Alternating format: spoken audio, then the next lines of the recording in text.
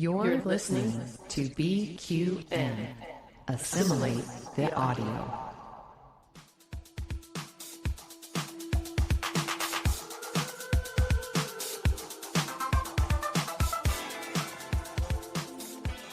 Welcome, listeners and viewers, to another episode of All Good Things, a Star Trek Universe podcast here on BQN and the Fandom Podcast Network. I'm your host, Kelvin, and with me today, Kristin. Patreon patrons, remember, you can now watch All Good Things if you prefer consuming our show visually as an extended edit of this very episode. Kristin, just you and me today. They've left us on our own. That's always scary. Anything can happen. Anything. Yeah, we said just earlier, didn't we? This is the first time you and I have podcasted together, just the two of us. It is. I'm excited. Yeah. And what a day for us to be doing it this way. Indeed. Well, yeah, those of you who are watching our Patreon video see I'm wearing my birthday hat because it's my birthday today, day of recording. 29? Again, yes. Again? Full disclosure, I'm 44 today. So yeah, aging is a privilege. I don't mind getting older.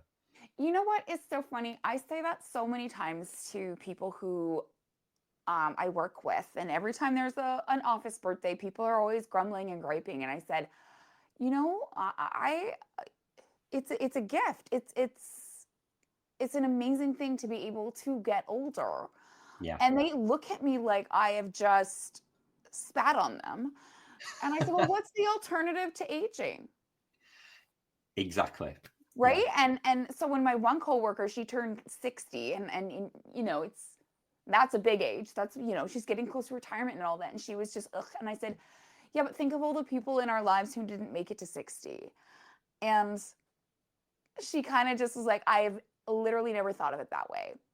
Yeah. And I'm the same way. Me and my best friend, we are not afraid to get older as well. She just turned 35 last month, and she was so excited. She's so excited to enter her 40s. And I was like, girl, the 40s are great.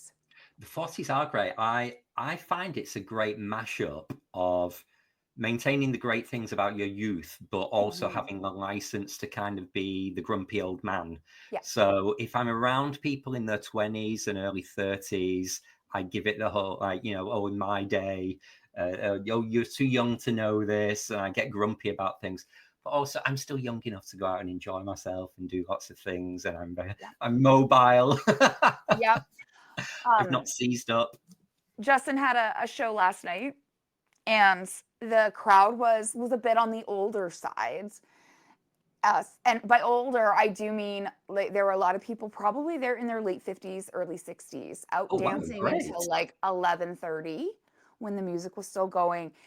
And I absolutely loved it. There was one lady, or two ladies in particular. One was in these really skinny cheetah print jeans, and the other was in these wide leg jeans. And they were at the front of the dance floor, just keeping the vibe going. And I absolutely loved them. And I was like, goals right there. I'm just seeing my future of continuing to stay active and to stay fun as life continues. So amen. Yeah, absolutely. So, 44 looks great on you, by the way. Thank you. So Amy and Christos have left us today. They've gone to the Universal Fan Fest occasion over in California. Yeah. So they are tapping away at buttons on the Enterprise D bridge today. Yeah. Well, it was last night, wasn't it? I think. I've lost my days with the time change. But yeah, I think they went Saturday. Today's Sunday. Okay. Well, they're in the same time zone as me. I shouldn't be this confused. But I am. You're sleep deprived. You're allowed. You know, I can't say I'm not a little jelly. That all this cool stuff literally shows up in their backyards all the time. Yeah, for you and I, it would be a whole investment of like a week to go. Yeah. But, oh, how fun! How That fun. they've shared a few photographs, but Yeah, let's not steal their thunder. I'm sure they'll want to tell us all about it next week when they're back. Looks absolutely. great. Absolutely. I Amy looked great in every photo that I've seen so far. Mhm. You can see she is just living her best life. There was one photo that made me cackle, and I'm going to bring that up next week because it's I such know a which one good you mean. callback. Yes. So stay tuned for next week when we talk about the infamous Amy photo from FanFest. Absolutely. And I guess I can talk about it as well now. In kind of we've crossed the spoiler territory, but I appeared again on Trexperts quiz a couple of weeks ago, and it was released about a fortnight ago now. And so my undefeated run has come to an end. No.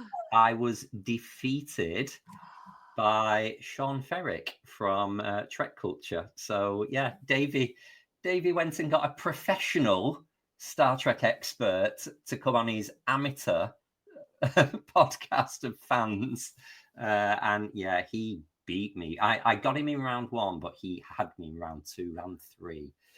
But But just yeah, it was a think, lot of fun. you held your own against a pro. Yeah, I You like to that think so. I that's did get. I was serving lots of, the Zach Dawn from Peak Performance with the Stratagemma, going, "I'm great, I'm great," and he just strolled in like Data and beat me. But he didn't beat my high score, so I've still got my highest score ever on Trexpert's okay. crown. There's But yeah, it that. was great fun. Was there a specific theme to the questions being asked? No, there was not. Okay. So MC, who's the scorekeeper and often writes the quiz, she wrote a quiz which she describes as punishing. So she did a Ooh. round on round 1 was Berman era, round 2 was the movies, round 3 was New Trek, and then there was like a warp speed rapid fire. So it was all of Star Trek, and there was no revision able. You either knew it or you didn't. And there Huh. was points available. There was something like 80 points in the game. So, my 40-something point high score could have been taken. But yeah, we shared the points available, but he eked out in front of me. So well done, Sean. If I'm going to lose, it may as well be to one of the most famous Star Trek podcasters in the world who does this as a job and gets paid for it. Okay, so how do we get that? How do we start getting paid to talk about Star Trek? That is I what know, I right? would love to That's the know. life. That is the life. We just need to be on it, I guess. Yeah, But yeah, it was good fun. Good fun. that Go and watch it. It's on Davey's YouTube channel, Trexperts Quiz, or you can get the audio version from either BQN or Trexperts Quiz directly. I will be listening to that. So have you been up to much this week? What have I been up to this week? I guess work. Going to the gym. Yeah. Trying to get stitches ready. But I can't. Can you believe we say next month? Next I month. can't. On the one hand, I can't believe it, and on the other hand, OMG, I cannot wait. Could be I think it's just I miss everybody so much that I literally cannot wait to go, and just I need to get away. Yeah. I really need to get away. June's going to be a hard month for Justin and I. He puts on a big production for his school at the end of the month, which means I am not going to see him pretty much any weekend in June, due to like rehearsals and stuff with the kids. So by the time the show is literally the night before we leave. Wow. So he'll be doing a production with like 100 students for 800 people at our local theater. He'll be coming home, finishing up the last minute bit of packing, and then the next morning we're off to the airport. Wow. So, which would be great because that means I will not have seen my partner for many moons. Well, you'll have a Even though we nice live in the same long house. flight with him, Yeah. and then the gays will steal you off him when you arrive. As if the gays want to steal me. Oh, come on. Yes, we do. Well, actually, no, we want you both. Let's face it. There we go. So yeah, no, I need this. I need to see everybody. Not being on the cruise was hard, and it wasn't even about the stuff happening on the ship. It was about the people being missed. So yeah, this is good. I'm sad that a few people are not going to be there. But you know, circumstances in life happen, and that's just the way it is. So indeed. So yeah, only a few weeks time until that. Okay, so let's have a look at our new feature. We need a jingle for this. We need a new jingle, don't we, for Trekking the Strangest Places. So what have you been encountering Star Trek this week where you would really expect to see it? This one was absolutely hilarious. I have been just, you know, Netflixing it up in the evenings when I'm bored and wanting to decompress. And it kept sending this one movie to me to watch. The first thing that would pop up was this 90s movie, Primal Fear, featuring Richard Gere as a lawyer, and a very young baby-faced Edward Norton. I was like, I have to watch young Edward Norton. I love him.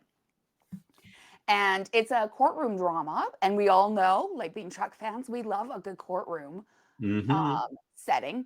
And who shows up as the judge but Alfre Woodard, who, for those who don't know, that is who plays Miss Lily on First Contact.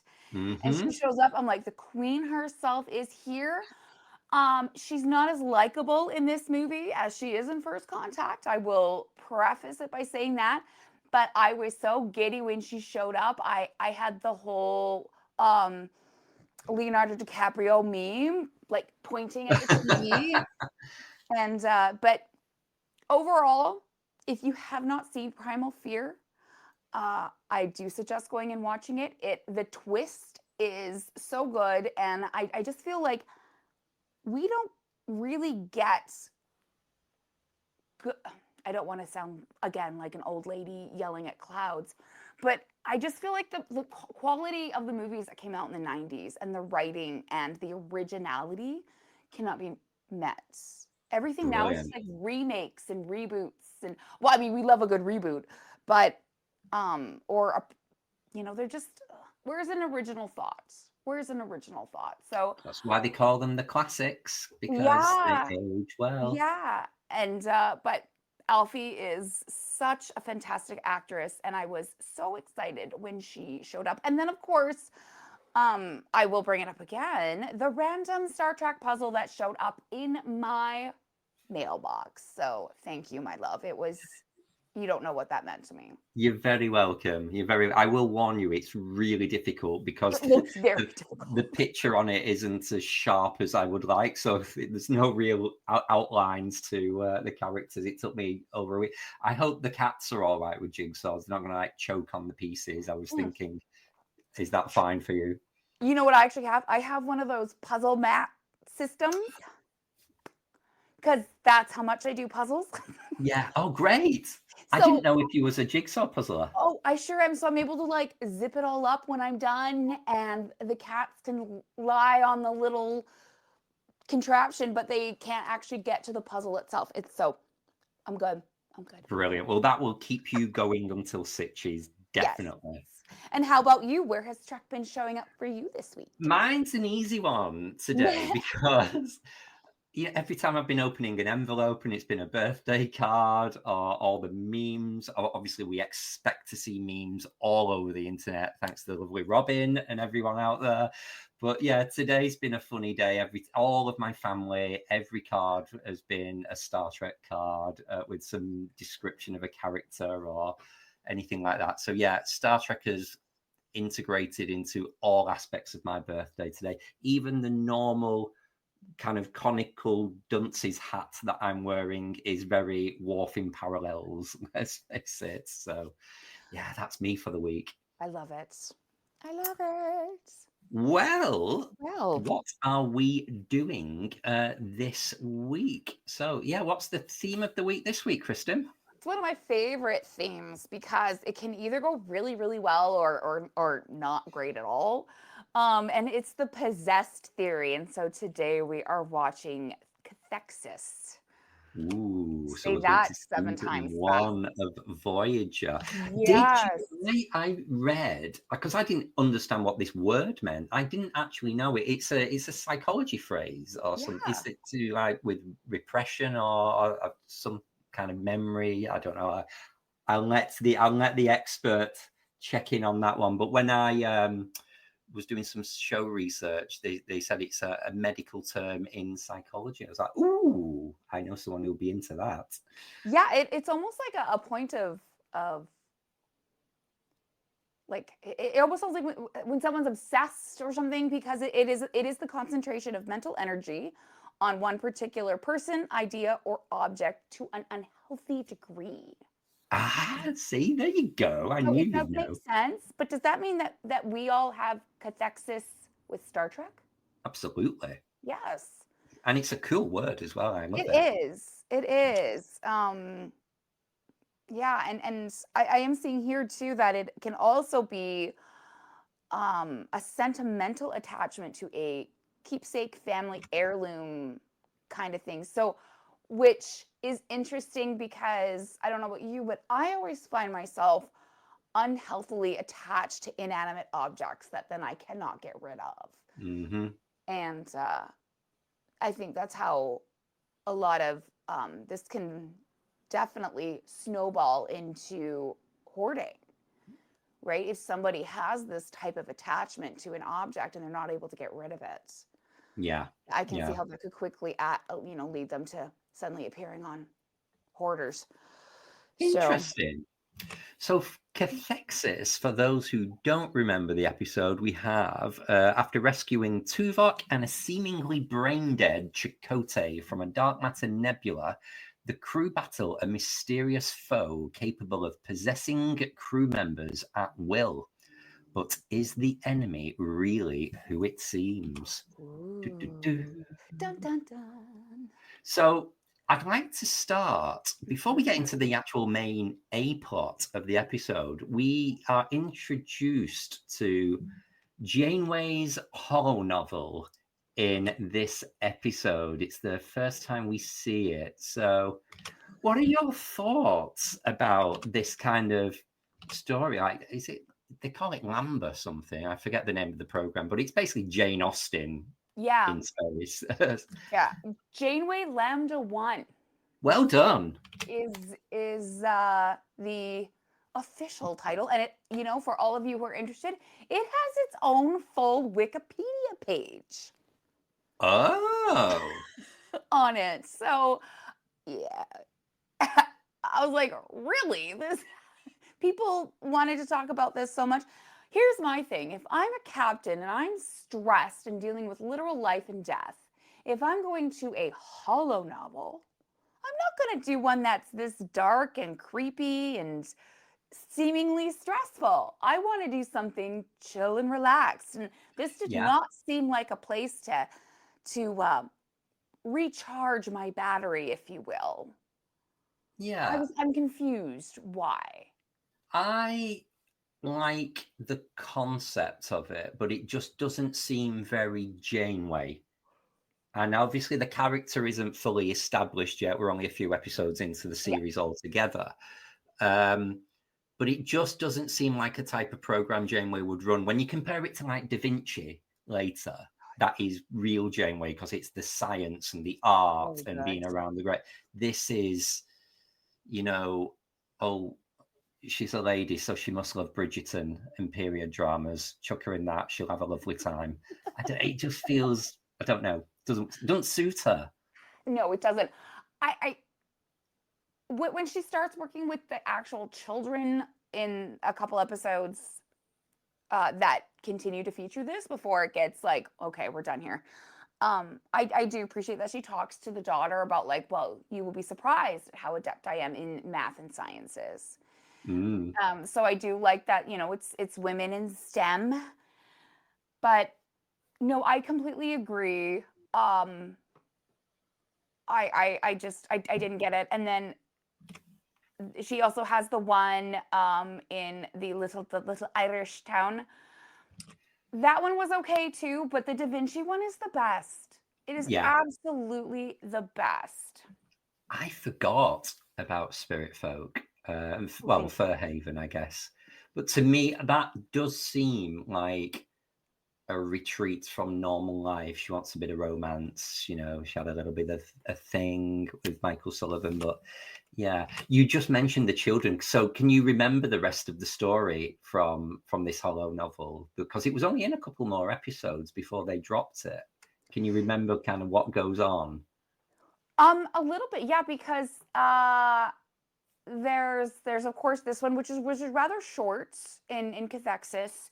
Then it shows up not too long later, and she actually starts working with the kids, and the daughter is a real like piece of work. But I mean, they've lost their mom, so we got to allow them to have that issue. And of course, thinking that Janeway is going to replace their mom. You know, there's always that, who is this new woman moving in on my dad? Yeah. But then it does end rather abruptly. It's the one, the last time we see it is when she starts having hallucinations off of the holodeck of it. Yeah. I'm thinking, man, if those kids are just randomly showing up in my everyday job, I would be losing it too. The reason I ask is I just felt the story was so obvious where it was going. So the mother's dead, the daughter says she can see her, and then they say don't go up onto the 4th floor. Clearly the mother is up on the 4th floor. That's where they were going to find her. So yeah, I just found it quite obvious. One thing I will say about this is that we are treated to the brilliant Carolyn Seymour in the guest role as Mrs. Templeton. One of my favorite ever Star Trek guest actors is, you know, Commander Toreth and Commander Taris in Next Gen. The authority in her voice when she speaks, I love it. And Face of the Enemy is probably one of my favorite episodes. I find it's one of the earliest times where Troy is actually allowed to show her strength as a character, and the way that she navigates what is in an insanely difficult setting and situation against Taurus. Yeah. Right, against this very formidable foe. But when they're sitting at the dinner table and they're talking, and she's recounting the loss of her father, it's quite an emotional moment for a Romulan. Yeah. Yeah. Absolutely. Quite good. Yeah. They don't usually give that much, not vulnerability, but backstory. They're quite secretive. So to talk about her father and the Tal Shiar and all that was quite a lot from Commander Toreth. I do have to give, I'll give a huge shout out to Voyager that they always have the best co-stars in Janeway's holonovels, because let's talk about, let's just real quick, let's circle back to Da Vinci. John Rhys Davies, who is, I love him. I just love him. I'm also a big Lord of the Rings fan, right? So he's Gimli. Yeah, and he was in Sliders as well, wasn't he? Oh, he's been in so much. Yeah.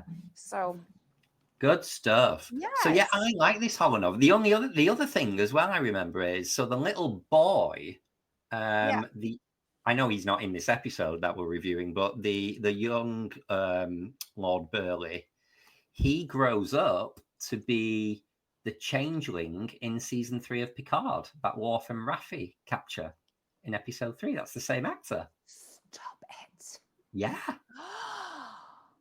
Those connections make me so happy. So next time you watch that, just picture a little blonde boy with a cute little curl quoting Latin. Freaking out about his mom's teacup or something. Yeah. Don't be a goose. What a burn.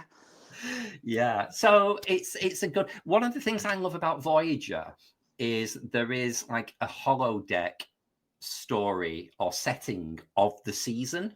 So there is a little bit of a mashup with, you know, with season 1, this program or Sandrines, or is Sandrines more season 2? But then you get season 3 with the Paxau Resort, season 4 with Da Vinci, 5 with Captain Proton, 6 with Fairhaven. So I like how you know where you are with Voyager based on what's going on in the holodecks. Captain Proton will always be my favorite. Yeah. Yeah. Absolutely. I'm quite fond of the Paxau Resort, mainly because of all the extras walking around in Speedos. So that's quite nice. Except we have to see Neelix's feet. Nobody needs to see that. No, or hear him make those noises when they were getting massaged. Ooh. I always Shall like we? Neelix. Yeah. Oh, sorry. I always kind of enjoyed Neelix at a surface level, but then when you start to like dig, I'm like, ooh, maybe do I like Neelix? Anyway, that's something we'll circle back to at another podcast. Brilliant. Let's head over to the primary story in this episode, Possessed by an Alien. One of the things I always find funny about this episode is that it's a Chakotay episode that he's barely in. So, I mean, he's literally got one scene at the end, but he is basically the main character of the episode. And back in the 90s, when I consumed season 1 of Voyager on VHS tape, you got 2 episodes on the VHS, and inside they would put a picture of the character in a little bio, and if it was the main character of the episodes of that tape. And this is tape 7, and it was Chakotay. So this was like Chakotay's episode, his VHS, and you got a full bio. And I just thought, even in hindsight, that Beltran was constantly saying, "Oh, well, once 7 of 9 showed up and the Doctor got all the episodes, I hardly got anything to do." This is very foreshadowing of this is all you get for season 1. Honestly, I'm not upset by that. I would take 7 of 9 and the Doctor over Chakotay any day of the week. Yeah. Any day of the week. So I think he got a good season 2 with his whole Kazon and Seska stories. I think that's when he was at his best. But yes. I think that was kind of it until Prodigy. Yep. And you know what? No, that's maybe there was something percolating behind the scenes that we're not privy to. Maybe they just Chakotay episodes were not being received well from audiences. Maybe the feedback was not what they wanted. Who knows? Maybe Beltran was just really hard to work with. Yeah. Well, I'm listening a lot to the Delta Flyers recently, and I know Gareth and Robbie are very complimentary about him on that, saying how funny he was behind the scenes and keeping everyone's spirits up. So who knows? I tell you what, that's a good point you've made, though, because overnight, a lot of people were posting on social media who were the backers for the Voyager documentary, that they've been emailed links to watch it. So a lot of people have just watched the Voyager documentary who contributed towards its production, which means it won't be long now until a general release, so we can all watch it. Oh, that's going to be an AGT special episode for sure. Absolutely, yeah. So I noticed an odd pattern here that season 1 episodes love to do an alien possessed story. Yep. And I found it quite weird that you would do that, because clearly it allows the actors to act in a way completely different than their normal character. But the characters are still establishing, so they don't know who they are. We don't know who they are as the viewer. So it seems very odd timing to do an episode where you're possessed by an alien. So Next Gen did Lonely Among Us, Deep Space Nine did The Passenger, Voyager's done Cathexis, all season 1 episodes about alien possession. I think it might be because it's easy for the writers, because you can write anything, can't you? Because you don't have to stick true to the character if you don't know who they are. And writers love the ability to flex that creativity muscle, right? But I'm thinking, if you're already bored of sticking sort of with the character in season 1, I mean, what are we in for? So I don't know. Yeah. I don't know. But and again, this is one that it can either be done really well. So I enjoy The Passenger. Yeah. I find that is a really well done episode. But on Mass, I don't know if I enjoy them that much. I mean, What, we've the done possession stories? Yeah, I don't know. Well, Pause that thought until we get to the who did it best at the end, Yes, because there are some absolute treats in that list, I would say. it's true, and there's one in this series that will always be my favorite. So we'll get to that. Oh, I'm curious to know now what that is. I can't wait. Nothing will ever overtake the one Right. episode, and I'll mention at the end. That will always be my favorite. So excellent. Yes. So what were your observations from this episode? Well, it's the one thing that I really found interesting was, compared to other just general Trek episodes, this is not my favorite. That I do not enjoy this episode for a couple reasons. I think the idea behind it was really strong. You know, we don't realize that there are forces at work, some good, some bad, you know, that sort of mysticism, which is definitely is my jam if people don't know me very well. But I think there were a few missed opportunities and a few things that they did where I'm like, I kind of hate this. And we'll get to that. We'll get to that, and I want to save that for Assimilations. Okay. Maybe. Or Regenerations, I'm sorry. Yeah. But an interesting fact about this episode is that it just recently had its 30th birthday. Yay! So it first aired on May 1st, 1995. And you know what's so funny? And again, this was why the 90s were so amazing, was because on this same day, DS9's The Die is Cast aired. Both aired on May 1st, 1995. I double and triple checked dates online, people. Wow. I'm thinking, what a time to be alive when you were getting 2 new Star Treks a week. A week. I mean, I kind of feel sorry for this episode now because it's, you know, gone up against one of the greatest DS9 episodes and certainly a Garak episode. So come on. I remember I'm doing my research and thinking, wow, what? So what one aired first? Like, was it Voyager then DS9, or was it DS9 then Voyager? Either way, that comparison is not going to fare well for this. Yeah. How did you get to your Star Trek back in the 90s? Because by this point, Voyager, I watched season 1 on VHS because it hadn't come on satellite TV by that point, but DS9 was. So I'm trying to think how I would have compared season 3 and season 1 of Voyager. Would I have seen them at the same time or one before the other? Can you remember how you got it?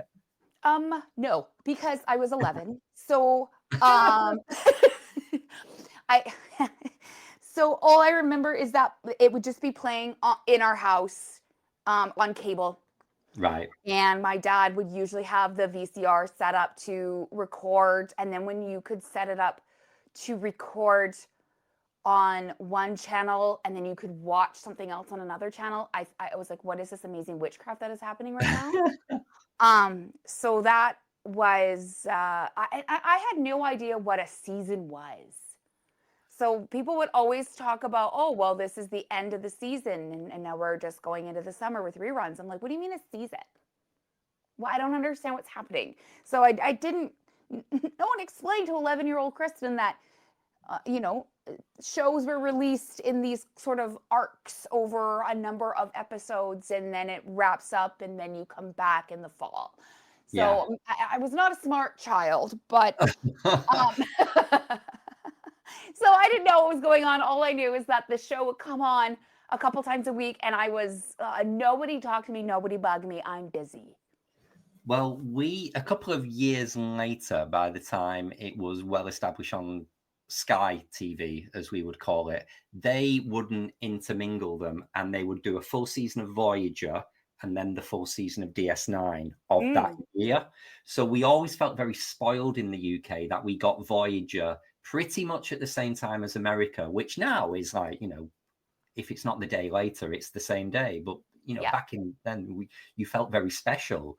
Yeah. But we always got DS9 late. So I always had a lot of spoilers for DS9 because it had been and done in America and we were only just starting. But Voyager was certainly, by the time we hit season 2 of Voyager, we were getting it straight away. So, yeah. So where were you getting your spoilers? Magazines. Okay. So the Star Trek Monthly magazine. Okay. Yeah. Interesting. So, you know, spoilers is, you know, such a weird thing when you think back. Maybe TV was so much more enjoyable back then. It was so much more special. You had to really dig and do your research if you wanted to be spoiled. Now, if I accidentally click on a link on Reddit, everything's spoiled. And I was like, well, what? So again, old lady screaming at cloud. I was going to say I'm going into grumpy old man mode. We're like, do you remember the times when shows would not be spoiled for now? Well, back to the story. And again, what's your opinion? Because this was very much a Kuchimoya episode with the whole like medicine wheel, and it's almost like an eye roll for me that when I was watching the episode and they'd had any kind of scene in sickbay, the music would do the whole do, you know, like play the Chakotay music in inverted commas. And it just seems a little ham-fisted and kind of it didn't seem authentic, genuine. It didn't seem any kind of accuracy in its portrayal. And it just doesn't seem to have aged well in terms of representation of a culture. No. I don't know what you think of it. So you actually have completely tapped into the regeneration that I was going to bring up. But since we're here, that's not a medicine wheel. Oh, really? That's not a medicine wheel. So that was completely made up? Yeah. Wow, that makes it worse. I know. So the medicine wheel in First Nation culture, specifically First Nation culture here in Canada, where we take reconciliation with our local bands very seriously. And we are very big on supporting the rights of our amazing Indigenous folks across the country. The medicine wheel is a point of great importance within their culture. It supports people through battling with illnesses, addiction, loss, everything. It is considered, you know, it was used correctly, I would say, in this episode. But why didn't they just use a traditional medicine wheel? Why did they have to remake it? Why did they have to re-envision what it would look like? Interesting. I wonder if that was because of the stones and needing it for the story of charting the course out of the nebula. I don't know. Yeah, so you know, if you look up a medicine wheel online, it's a lot more. It's very, you know, simplistic in its design. Yeah. It's just like 4 quarters and the like a pie chart. Yeah, so it's the directions, so north, east, south, west. It's the 4 major elements of the world, and then each of those tap into different aspects of ourselves. And you know, this has been used by Indigenous cultures for hundreds, if not thousands of years, to support their growth and their overall wellness. And I just can't see that in a few hundred years from now, when Star Trek takes place, that suddenly it has completely changed. So I did take a bit of like, not offense, because it's not mine to be offended by, but I took pause with it, where I'm going, why is this what you're choosing to do, and how you're choosing to represent this culture. So again, maybe I'm looking at it through too much of a Canadian lens. So listeners, if you have seen a medicine wheel represented like the one on Voyager, I would be absolutely interested to have a chat about it. But like I said, in Canada, every meeting we have starts with a Indigenous land acknowledgement. And, like, I'm proud to say that I am currently on the unceded and stolen lands of the Syilx Okanagan people. And I am fortunate to live, work, and play here. And we are very active in my line of work in ensuring that our different nations represented around are supported by the government to be able to pursue that which was so horribly stolen back. So yeah. That's why. So that when I see this going, I'm like, oh, tread carefully, y'all. You don't. I think that's it, isn't it? Careful. You've got to be respectful and delicate with these matters, and it just felt a little bit exploitative. Exploitative. I didn't like it. And also as well, Chakotay's been on that bio bed many times afterwards, in comas, in all sorts of states. Where was the medicine wheel then? If it was such a thing, it was just not for me.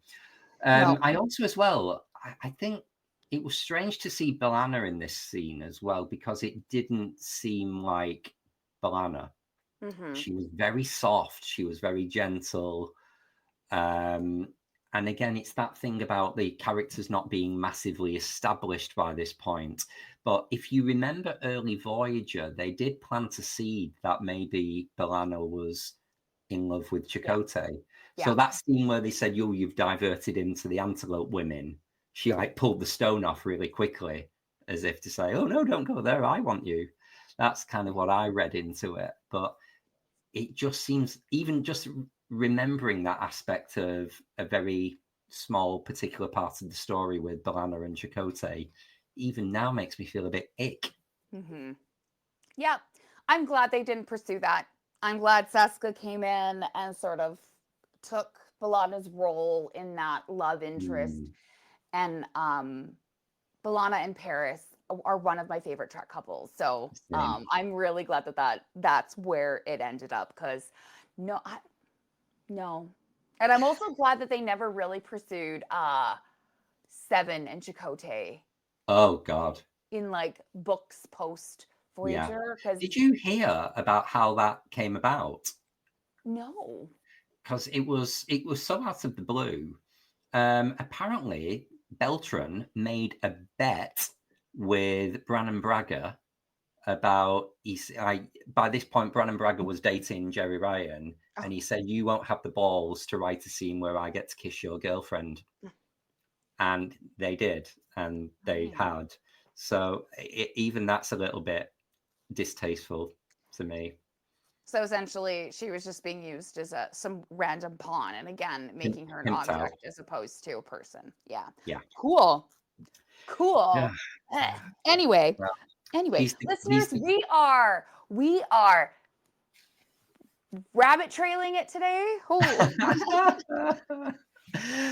This episode does give us some good Kes action. There's a few cute scenes with Kes in here. I'm sorry to sound like a broken record with this whole early dynamics of the characters, but it was giving very strong Deanna Troi vibes to me of, I sense something is not quite right, and I can maybe use my abilities to sort what's going out. It didn't seem, it seemed like a do-over to me. Yeah. I'm trying to tread carefully here too, because I love Troi. I love where eventually her character ended up. But in the first, if we're looking at season 1 TNG Troi versus season 1 Kes, season 1 Kes was much more useful.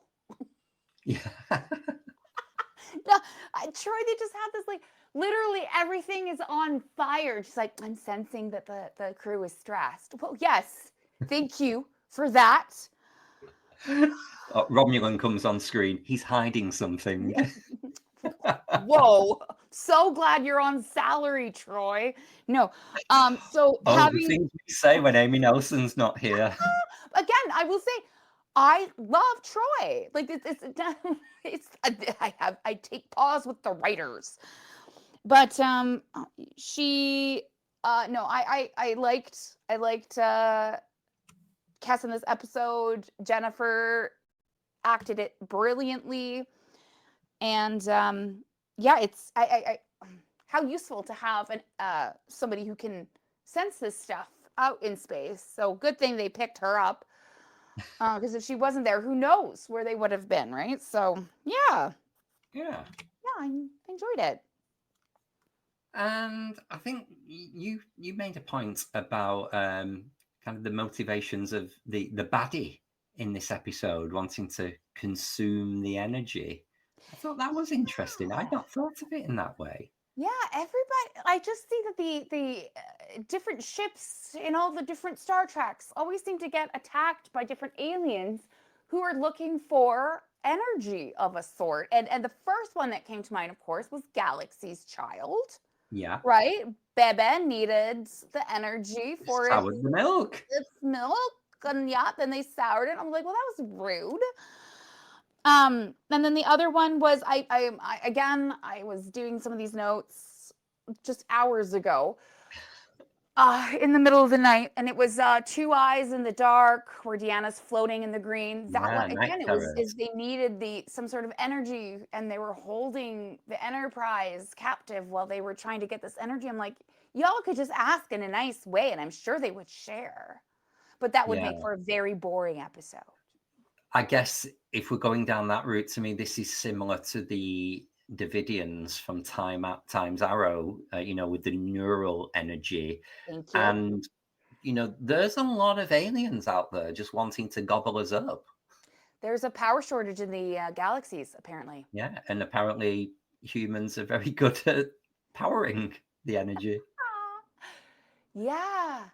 So I don't know, that just hit on me. I'm like, again with the energy, but here we are. And Here we are. We see this though. It's the theme. Star Trek has these tropes that they play on, and it also adds a degree of comfort, I think, for the viewers, because we're like, okay, I kind of have an idea where this storyline is going to go. And so it is that familiarity that we all know and love within this franchise. Love it. Shall we head over and take a look at some assimilations and regenerations for the episodes? Quite a few, actually. Do you want to start us off with your assimilation? So one of my favorite assimilations, circling back to Kes and everybody when they're saying things like, oh, I'm feeling that this is a presence, and I'm feeling all this. And this isn't the only series we see this on. The same one with... for example, Beverly and Remember Me, she's coming out with these quite grandiose theories in that episode, this episode, saying, oh, well, I'm being possessed.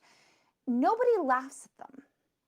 Yeah. Nobody belittles them or makes them feel stupid for feeling the way they feel. They say, that must be very difficult. Let's look into this. And I'm thinking, what an amazing group of people to be around, where you don't have to worry about being honest is going to lead you to being ridiculed by people who are supposed to be your friends. So I really appreciated that, and seeing the support, because it proved to be what was actually happening. But when Kes first brings it up, no one's like, oh, here's Kes again. But even Neelix is supportive and believes, even Neelix, although he goes in the jealous mode when she says she felt a presence in the quarters, but he believes her when he says she said that. That was great. Wow, fantastic. And then it's just a couple quick scenes with Kate, but when she's crawling up into where the dilithium chamber is and everything, and she's looking for the warp core, Kate's delivery of that technobabble was seamless. Like, she has literally been studying this stuff in school for years, and she just knows it, and she's just, oh, blah blah blah blah blah blah. I'm like, work. That was it's so like, I think it just says so much to Kate as an actor, that she could do this so well and so convincingly that she knows what she's talking about, when really, from a scientific point of view, it probably doesn't really mean anything. But no, I really, really enjoyed that. I feel a bit guilty now saying my simulation, because I'm very conscious now that I'm now talking about a woman through this, her hairstyle of the week. She's not really celebrating either the character or the actress. But this is the second of 2 consecutive Voyager episodes where Janeway has the French twist, which is the 7 of 9 hairstyle. So they tried it out on Kate, and they didn't do it ever again after this episode. But I loved it. I thought she looked really sharp. The French twist had a hold on the 90s. I mean, I remember trying to do it with my hair, but it didn't quite work. It always like popped out oddly, and I could never get it to stay down. The twist always wanted to like croissant over my head. So I gave up. So but of course I didn't have a professional the word for a French twist. Sorry? Croissant is the perfect word for a French twist. Because like you wrap your hair up into this twist and then you pin it down the sides, but then like what happens to the hair that's curled if it's not properly in there? It starts to eke its way out over the head and stick up like a little horn. So brilliant. Yeah, but it's a very chic hairdo, and no, I agree. She looked great in this episode. I will say, you mentioned earlier about the technobabble. There was some great physical acting from Kate, like you said, where she dove underneath the warp core, checking out. But the bit on the bridge where they have the phaser fights, she pulls the phaser and kicks the phaser out of Tuvok's hand. It's like amazing acting from Kate. That so good, yes. And then my last assimilation is this is the first time we get a little bit of a taste of the emergency command hologram. Yeah. Because we see that whole storyline come out, and the dramatic where he shows up and it's like his little pips like do, do, do, do, down his collar. But we get to see the usefulness of having a program like this on a ship, and how it can really be used in emergencies when one's corporeal being is compromised. Yeah. Tinker Tenor, what is it? Tinker Tenor Doctor Spy is the episode title. Is it? That's my next episode to watch in my Stardate rewatch. Have you ever read the book? No. Tinker Tailor Soldier Spy? Oh, I thought you meant like a novelization of the episode. Oh, no. It's a really good book by what is it? LeCar. I can see it on my bookshelf from here. It's a brilliant book, and there's a reason why there have been so many movies and shows and spin-offs on it, is because it's a classic. So brilliant. Speaking of first, you went down the ECH route. Yes. Now I might have someone fact check me on this and put me straight. I'm pretty sure this is the first time we hear EMH. So you hear Majel as the computer say the EMH program has been deactivated or is offline. In the few episodes of Voyager we get before Cathexis, they never actually call him the EMH. It's just the medical hologram, or it's a very much a mouthful, the emergency medical holographic program. They were all stumbling over it.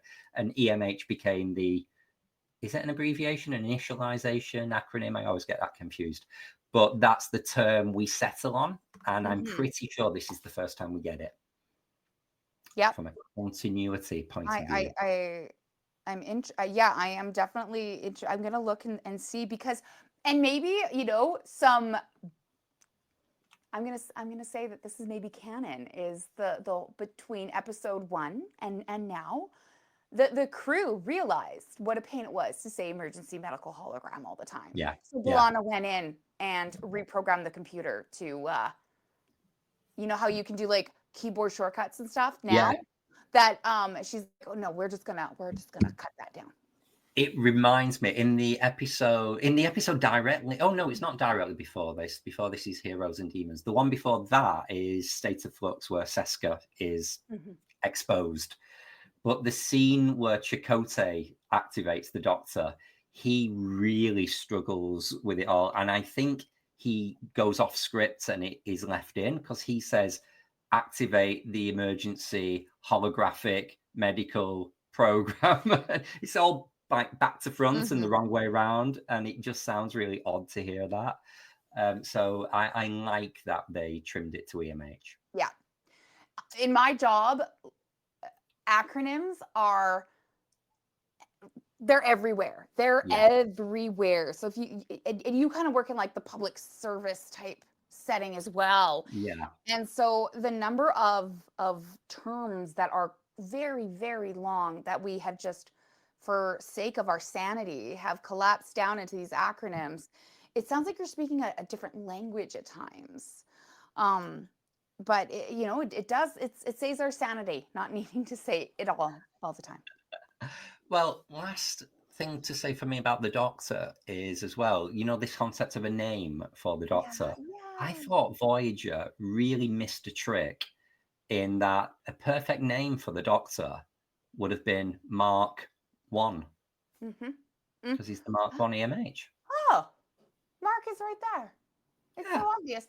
It's obvious. Yeah. Mark 1. He could have been like, I'm going to go with Marcus or Markel, and maybe like change it up a little bit, but the root was there. So that's our assimilations. That's what we love. What are you regenerating for the episode? So again, just real quick, the medicine wheel is my main regeneration of this whole thing, and just their odd interpretation of a very spiritual, established, and revered culture throughout history. There was no, if it's not broke, don't fix it, right? And so why are they reimagining something that just did not need to be reimagined? And you don't take creative liberties with someone's culture. I find that a little offensive. So either do it right or don't do it at all. Yeah, exactly. So that's my main thing. And unfortunately, we see that a lot every time they pull up Chakotay. I'm like, oh, here we go again with this. But I think this one for me was one of the worst. Agreed. Yes. I've got one. This whole thing of the phaser on wide beam dispersal when Tuvok basically shoots everyone on the bridge in one shot. First of all, cool, great. Yeah. Why don't they do this all the time? I was thinking of the DS9 episodes where they're fighting the Jem'Hadar on, AR-55 whatever, and they're all charging. Literally one hand phaser, wide beam dispersal, done. Dominion War sorted. There we go. Same with what's the one Power Play where they needed to take the three of them out, and they're up there trying to like figure out how to just shock the whole and forward. When where's your wide beam phaser? Hello. So it's one of the, it gives with the one hand that it's cool, but then it's like, if a phaser can do this, you'd be turning that bugger on all the time. Let's face it. For me, I would have to say that that's the story ended so fast. It was all this build of like, oh my gosh, how are they going to escape? And a 10-second flight by some planets, and it's over. I'm like, I literally had to stop and like, wait, and I had to rewind it and rewatch it and be like, that was it? It's almost indicative of how Voyager as a whole ended. It was quite anticlimactic. It was. So I'm thinking, and then y'all just acting like nothing happened, and suddenly Chakotay's awake. I'm like, how is he awake now? What is happening? Yeah. So I have a continuity one, which is the whole ejecting the warp core. So, B'Elanna can't eject the warp core. You need a command code for that. Well, she does it about 3 times after this, all by herself. So maybe they either didn't trust her with the command codes this early on, or it was just a complete continuity error. But yeah, that took me out of the episode a little bit. Nope, I could see that as well. Maybe again, they realize that because of their specific situation, they don't have the luxury of always having a command code. So maybe it was when she was updating it to just be EMH, that was also being updated to remove the command codes. Like, we're good. We need to be able to act on a moment's notice, and you can't be entering a command code all the time. Yeah. Regeneration is, for me, is you get your first little, and I know this is coming up as well in our trivia, but I just want to touch on it, is Durst is such a nice guy, and I wish we could warn him about what is coming up. But don't go on that away mission. Please don't go on an away mission. Don't go and see the Vidians. It doesn't end well for you. Don't go down there. Yeah. So you're not safe in your gold uniform. You may as well paint it red. Yep. Yeah.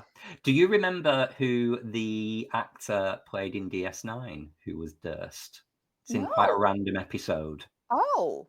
He was in the Cards, where Jake and Nog are trying to get the baseball card to cheer up Cisco. Yeah. He was the weird scientist who was with the chamber where you can live forever, the cellular entertainment chamber, Dr. Geiger. It was him. That as just a random kind of throwaway episode, that's one of my favorites. Is it? It's so quirky and random, and how it, like, how the antagonist just falls in love with this idea of that chamber at the end, and that solves when he's got his here, there's something going on downstairs. Okay, I why did I think it was someone different? Anyway, I was like, oh, there we go. Now he's entertained talking to this weird dude. But I love that that's Durst. Good. Yeah. So it doesn't end well for him on Voyager, but he comes back a couple of years later, production-wise, on DS9. Perfect. My final regeneration is, why is it so dark? Turn the bloody lights on. Yeah. You know, it's scene in the briefing room when B'Elanna is literally in silhouette. You cannot see her. It's so bad. And it's, it's making me laugh so hard is, so again, it's like 2 a.m. watching this episode, reading your notes, I'm like, oh yeah, it is dark. And Justin just walks in the room and goes, why the hell is it so dark? And I just started laughing so hard because you just written it down. I'm like, okay, great minds think alike. Why is it so dark? One of my favorite marsh color moments on Voyager was when he walks on, he goes, why is it so dark in here? Somebody turn on the lights. Yes. It's like, they did that a lot in early Voyager. They did. Dark and moody. I mean, maybe they didn't know in season 1 how to regenerate, or they wanted to conserve energy and power, and so maybe they're like, well, keep the lights off if we don't need them. Yeah. Who knows? But either way, it was odd. It was odd. I think it might be time for some trivia. Kristin, would you like to start us off, please? I would love to. So this episode originally had the working title Intruder Alert. But the term ultimately used as the episode's title, cathexis, again, is a psychoanalytical term, meaning an investment of mental or emotional energy in a person, object, or idea. And I think that it is a really good move to have used this as opposed to Intruder, because Intruder Alert is just smart. It's been done, right? Yeah. Like, whatever. But this is so original, and I love when it gives people an opportunity to learn a new word. And like, what is cathexis? And so you go look it up and read about it and realize that it's actually something a lot of people probably deal with, is this I have been watching this episode for 30 years and only today find out what the episode title is. A word I have read and said countless times. I now know what it means. But we also, we do multiple Star Trek podcasts. We go to Star Trek events. We have merch. We have costumes. We all have cathexis with Star Trek. Yeah. Love it. My mind's blown.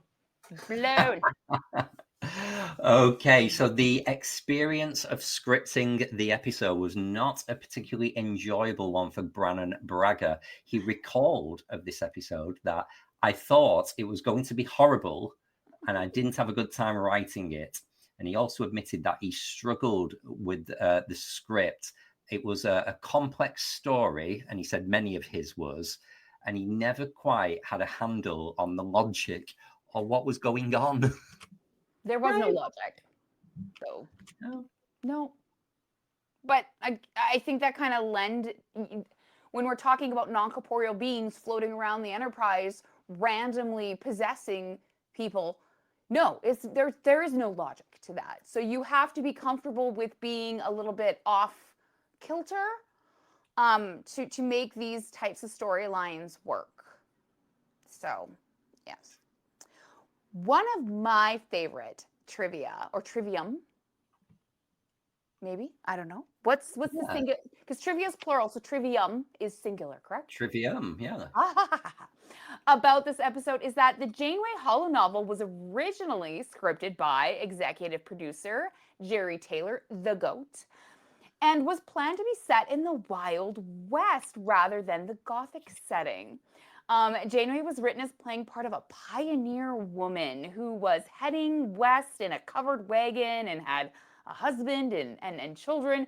And her character would lead a rustic lifestyle that included tasks as building a campfire, which is not easy for anyone who camps. Always bring your Tinder with you, otherwise you're What, to go dating? No, to start the fire. That's different Tinder. Different type of Tinder. But anyway, Kate was dead set against the prospect of working with horses. Oh. And then it was, of course, looked at this was going to be insanely expensive. But I was like, Kate, you don't like horses? Interesting. Oh, I love horses. I used to go horseback riding all the time. Shatner and Patrick Stewart, they love a bit of horse. They do. Horseplay. Huh? So good callback to last week's episode as well with Fistful of Data. There we go. Very Western. Very much. And so Kate would have hated being on Fistful of Datas. But I get the cost part, but I'm like, oh, but the horsies. Yeah. I don't know. I don't know. I just love animals though, so I never get someone's being like, I'm not working with an animal. What? I'd rather work with animals than people. Never work with children and animals, I guess is the saying. Okay, so the holonovel's final permutation in the episode seems to borrow elements from Charlotte Bronte's Jane Eyre, Daphne du Maurier's Rebecca, and Henry James's The Turn of the Screw. Ooh. Yeah, it was very Jane Austen, and I'm quite Pride and Prejudice as well. All of those kind of stories. Yep, and you know, I love that. I do love that era. I find that there was because a lot of these novels as well were written by women, and they were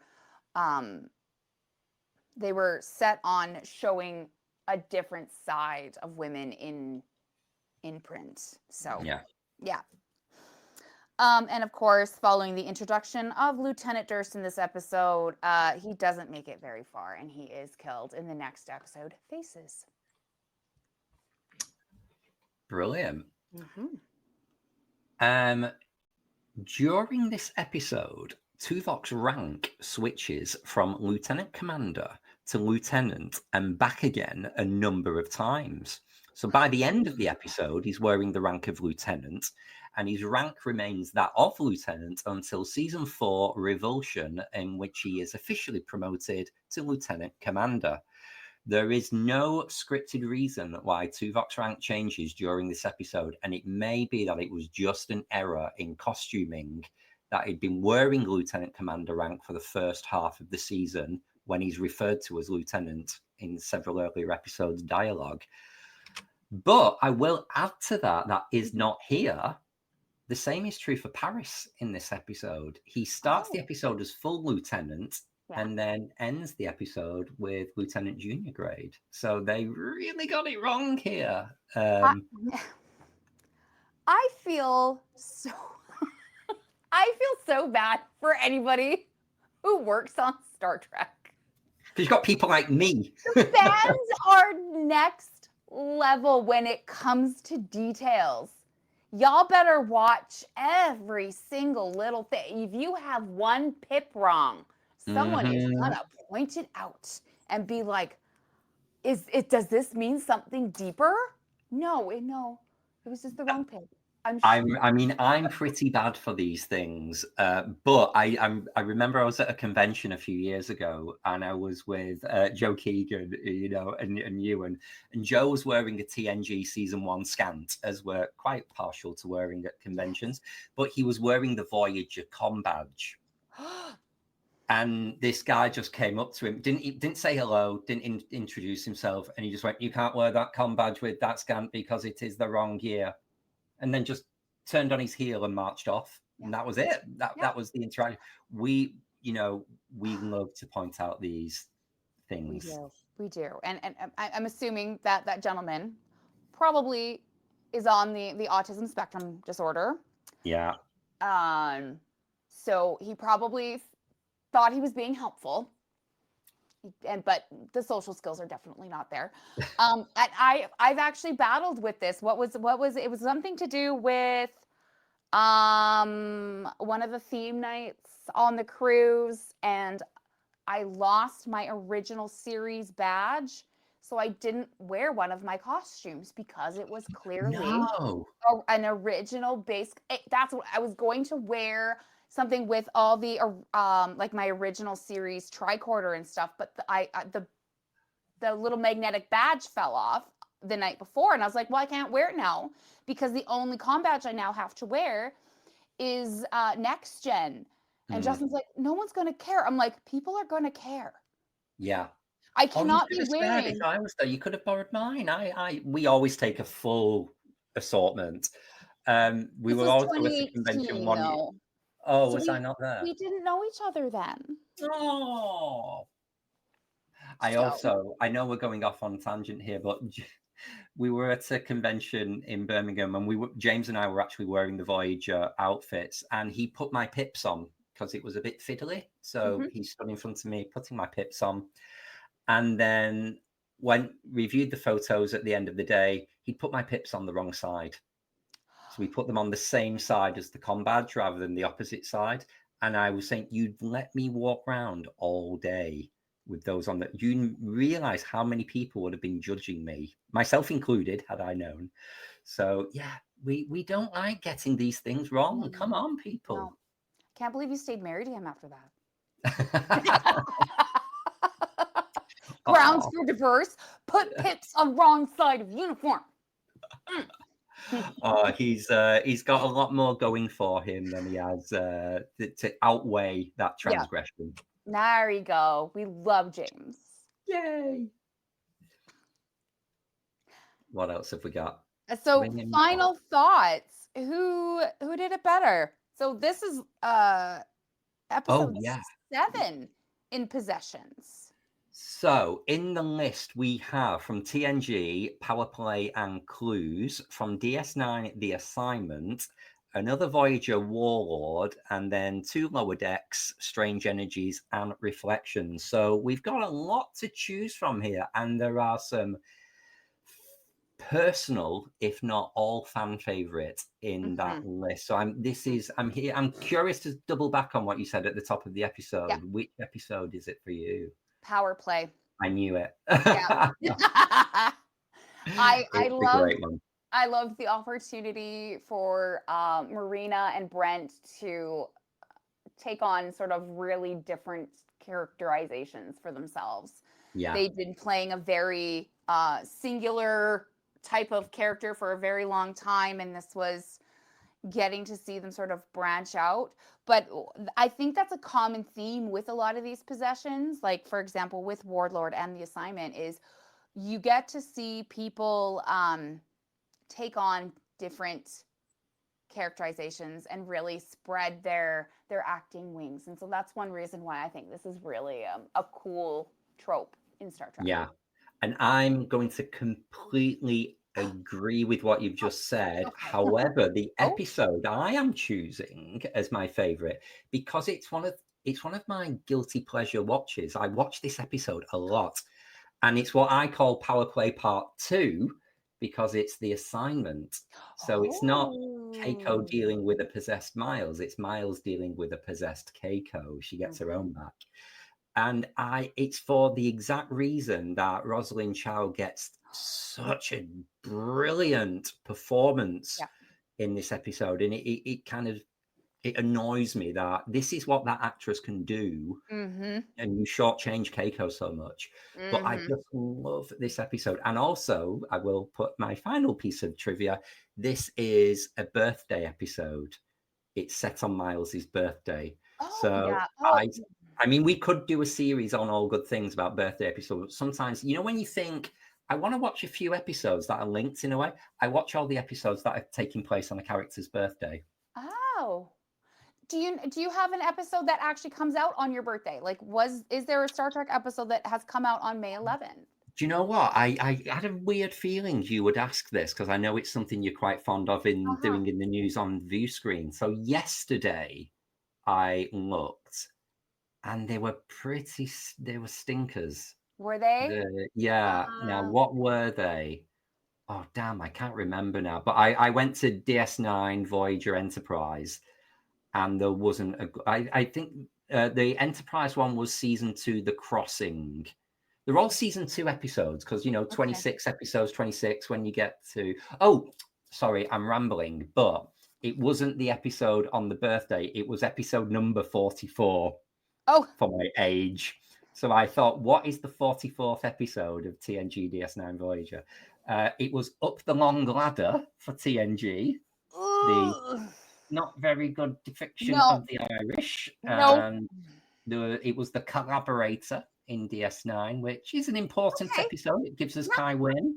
Yeah. But I didn't particularly like the sexiness with Kira and Bareilles. I thought it was a bit gratuitous, that episode. I didn't like it. And The Crossing was Enterprise, which is another possessed story.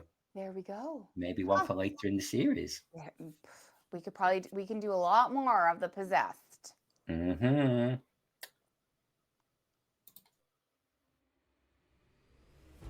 What shows are on BQN, you ask? Well, here's a rundown of some podcasts you might be interested in. All Good Things, a Star Trek Universe podcast covering all of Trek, hosted by Amy, Christos, Kelvin, and Kristin. Whether you've got Xbox or Nintendo, check out Bargain Bin Gamer, a YouTube show hosted by Davey and Mitch, self-proclaimed gamers who specializes in reviewing and showcasing affordable video games. Grab your popcorn as you listen to Cinema Z, a film discussion and review podcast showcasing films you probably missed but should definitely check out. Hosted by Mark and Matt.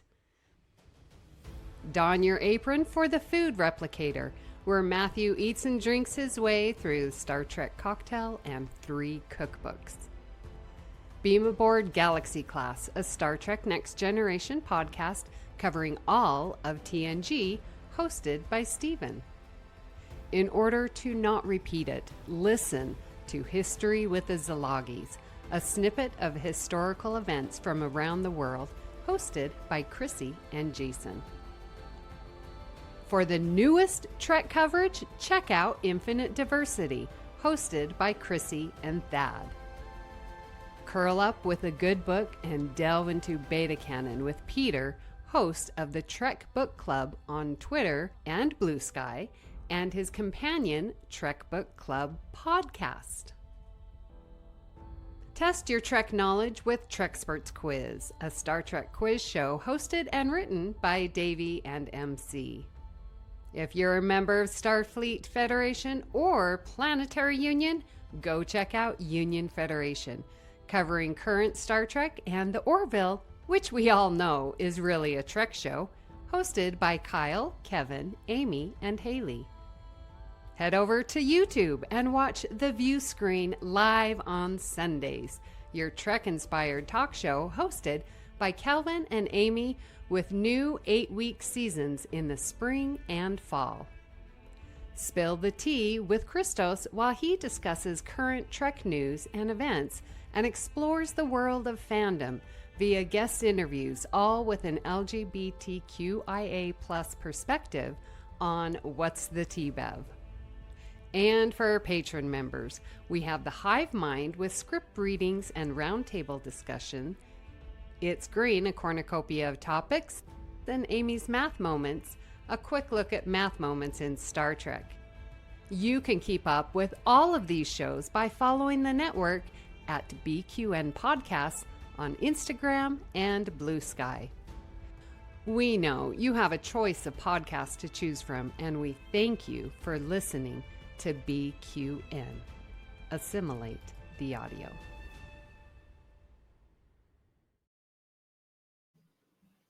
Okay, so where are we going next week, Kristin? This is one of your requests. Are you excited? I am so excited. Next week we will be turning back to our Architects Part 6, and we will be talking about Mr. Tom Morga, the person I'm sure everyone has seen many times and you just never knew it. So I'm excited to bring him to the forefront and celebrate the work that he has done in Star Trek. Brilliant. Can't wait. We would love to hear what you thought of today's show, and there are many ways you can do this. You can join our Facebook group, the BQN Collective, or you can join our Discord server, or you can follow our BQN feed on Bluesky to continue our discussion there. You can find the links and the invite code in the show notes. You can also reach us at allgoodpod on Bluesky. Please make sure you follow the network on Bluesky and Instagram at BQN Podcasts. We've also partnered with our friends at Fandom Podcast Network, where you can find us by searching for the master feed, and the links can be found in the show notes. So, Kristin, where can people find you when you are not galloping through the hills with the antelope women? You can I'd rather be there. You can find me on Instagram at kstrats, and my favorite place of all is at user Garrick's Fan Club on Reddit. And Kelvin, where can people find you when you're not causing chaos and blaming it all on a non-corporeal being? Ooh, that'd be a great excuse for getting up to all sorts of mischief. I was taken over by an alien. When I'm not doing that, you can find me on most of the socials at Kelvin's Timeline or in the BQN Collective Facebook group, where I will be commenting and interacting with all of your memes and posts. Yay. If you would like to help us keep all our shows coming to you each week, you can become a patron of the network on Patreon. For just $1 a month, you can join our Let's Fly reaction show, script readings, and enjoy our special patron-only shows of It's Green and Amy's Math Moments, as well as having exclusive access to our video version of All Good Things. Visit patreon.com/BQN to get all the details and watch your messages. Now, if becoming a patron isn't your thing, you can still support the show by sharing our posts on social media, talking about it with your friends, or hitting the subscribe button on Apple Podcasts or wherever you get your podcasts, and leaving us a star rating and written review, because that will help others to find the show. At this time, we would like to thank our very own associate producers, Mahendran Radhakrishnan, and JJ Seastrom. A special thanks to Graham Kelly for our opening and closing music, and Kelvin, you for doing all the amazing promo artwork. It's so lovely. Oh, just a warning, it might feature the medicine wheel this week. I know. I'll try not to hold that against you. Thank you for listening. We hope you'll join us as we search out all good things.